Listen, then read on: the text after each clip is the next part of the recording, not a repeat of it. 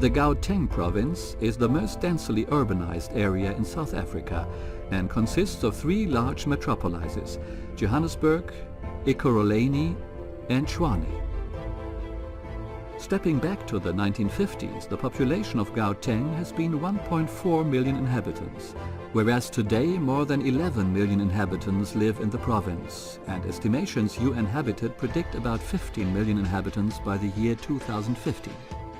Most of the province is located on an average altitude of 1600 meters above sea level, with high solar radiation levels. There has been a striking lack of energy supply security over the last years, with frequent blackouts hindering Gauteng's aim to be competitive as a global city. Gauteng's level of energy consumption and gas emission can be compared to that of developed countries like Germany.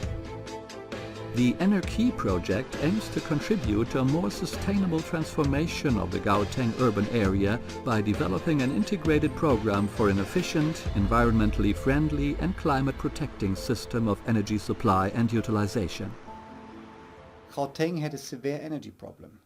There was a lack in energy generation capacities, and often in the beginning of our project we did our seminars in the dark with just a candle and the remaining battery pack of our laptop computer on our knees. Well, our main focus is to explore options of strategic decisions in terms of what decisions have to be taken today with perspective of 20 to 30 years, which already consider needs that will be there in 20 to 30 years. Our approach in the project was kind to take a holistic approach and develop projects in the different and main areas of energy consumption in the region of Gauteng.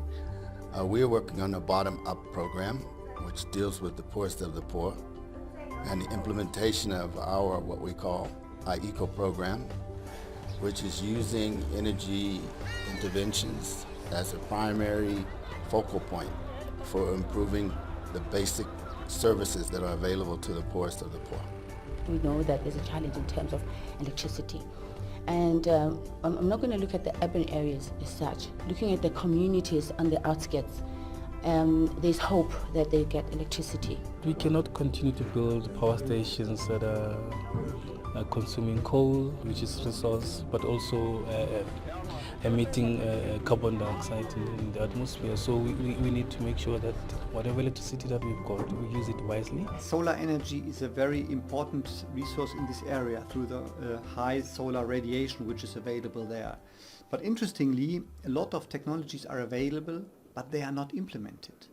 We developed a project in solar energy, especially the implementation or mass implementation of solar water heaters, but also generation of solar electricity, which may take place inside the area of Gauteng, but also outside. And this is also done in the Witsense project, which we did in Atlantis near Kapstadt.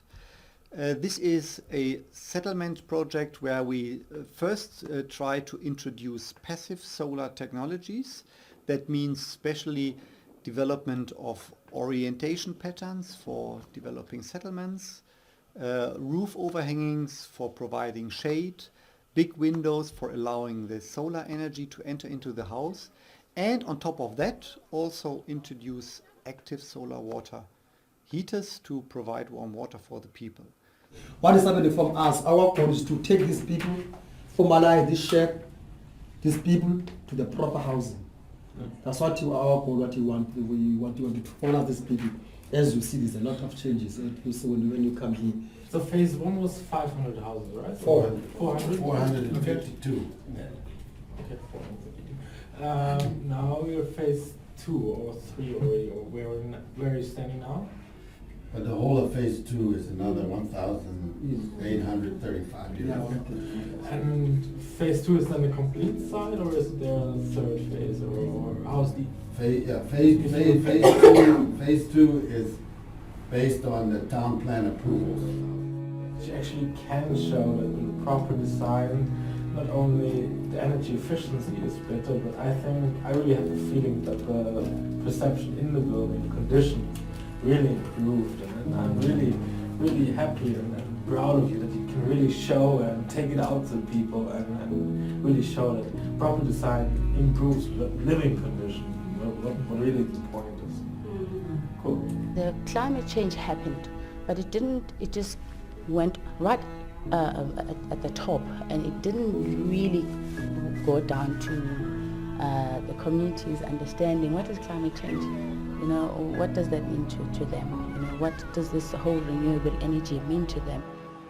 We, as researchers, were able to go into the informal settlements, to speak with the people, to talk about energy use and their behavior.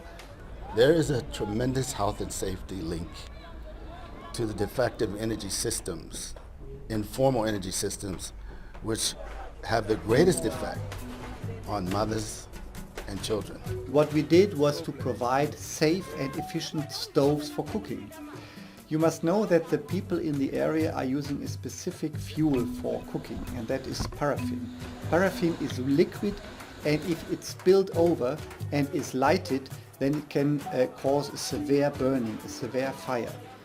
And we have severe fires all over in the informal settlements. The accident can happen if a stove left unattended, and maybe the person think of going to buy something at the shop, leaving the stove alone. Then an accident can happen. If a child drinks paraffin, or maybe not even an adult drink paraffin, the child can die from that vomiting. And you will find in the Energy program the link to the University of Johannesburg CETA Center, where they're developing solutions for safe stoves. It's fairly uniquely for Southern Africa anyway, is paraffin use in a large quantity. And the main problem has historically been this kind of stove. It's a wick stove, common to many types globally. The problem with this one is its engineering, if you like, has been reduced to the extent where it's a bomb. And the main issue with this is that with the pot on top, the heat gets cycled back through the stove into the fuel tank, and above 44 degrees centigrade, you don't need a spark to ignite it. This is got a bit off it, but a Primus. The design is 100 years old, made in Sweden. This is the one you pressurise, and it burns with a nice blue flame, like a Aurora stove. It's called a rocket stove. It means you get an improved performance for a relatively low cost. Not much different, still the same basic principles, but the standard dictated some safety features, one of which is that if you knock it over, it turns off. The second project in this area to provide energy means for the poor is the CETA Energy Test Center. And we improved the methodology developed by the GIZ in a formal project through this CETA Test Center, and this is a methodology to burn coal or wood in a very safe and also clean way. These two machines are just monitoring gases emissions, and then this one here it's monitoring particulate matters. By this methodology we try to avoid the in-house pollution which appears when wood or coal is burned inside the houses, inside the shacks and the buildings in the informal settlements. There's two different methods of lighting the fire. One of them is a conventional method in which one puts the paper and then the wood on top, and then we will add the coal. So the fire will be lit from underneath in a conventional fashion, and the heat will rise up. The second method of lighting is to put the coal at the bottom, then the paper, and then the wood on the top. This is counterintuitive, because how do you light a fire at the top and make the fire go down? Well, we are going to light these two fires side by side and let you look at the difference. On your marks, get set, go.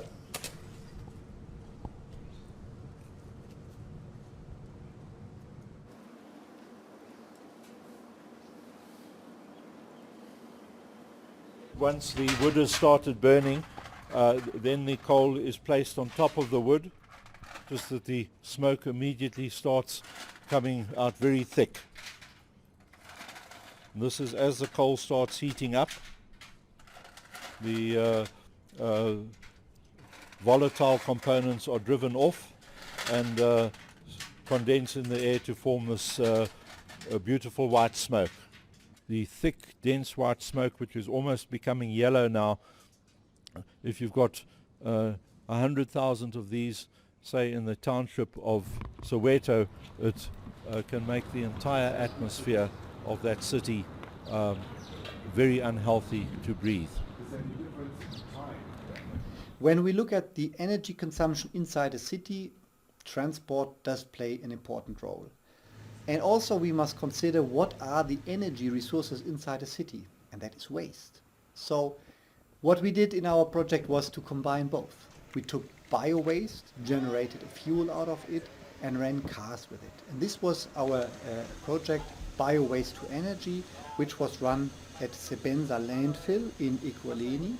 Sebenza landfill is an old landfill where a lot of bio-waste, together with all kinds of different other waste, is deposited, and the methane gas is emitted in this deposit.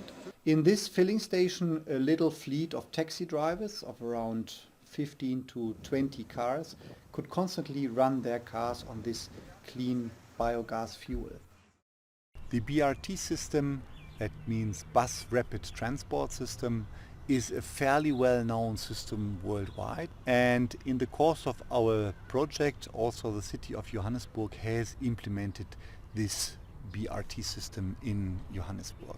We have a new BRT station constructed here, and it's a particularly interesting station because it is a modal integration point. It's based on the traffic flow modeling. We get the traffic flows out represented on the network, and from the profile of different vehicles in the flow we can obtain emissions, and this is all set up in a database. Total emissions can be obtained, total emissions under different energy mixes, vehicle mixes can also be obtained, and this is then represented in a GIS system. Car ownership is growing. That has a greater impact on air quality, and we must try and arrest this move to cars and give people a good public transport alternative. With respect to awareness raising and capacity building, also our schools project was a very important implementation project.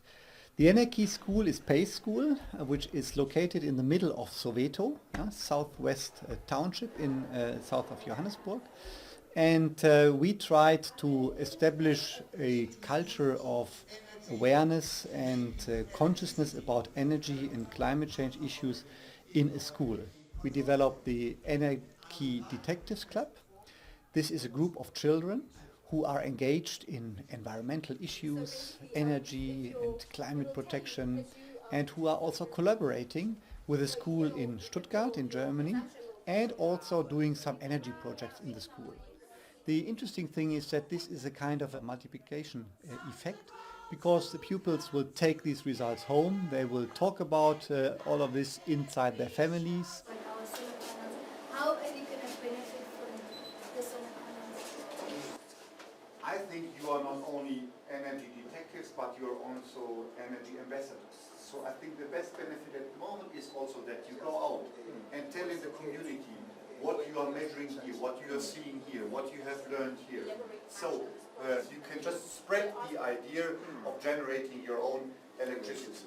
That's it. What the important role of the school is, and what the important role of you as school kids is as ambassadors for energy efficiency.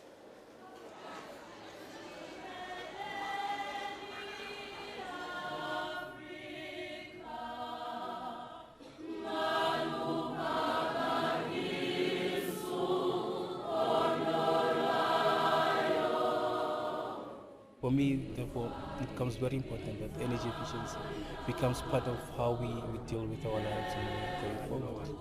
The energy program, with the research that they've done and the information that they have and expertise, the technical expertise that they've brought to South Africa, we've benefited a lot out of it. So I think it's very important. It's crucial to discuss with stakeholders, government, private sector, academia, NGOs, how to plan, how to create a future which is sustainable in the sense that it doesn't need too much energy, resources, etc. What we are leaving are already existing and functioning structures where especially people between the universities and the city administrations are working together. We have established, or we were able to establish, an energy office in the regional administration of Gauteng. They are used to such a collaboration between business, administration and academia now. So I think also if we are leaving South Africa and finishing this project, there will remain certain structures where the people can develop all these ideas, all these concepts further to what we were able to achieve up to now.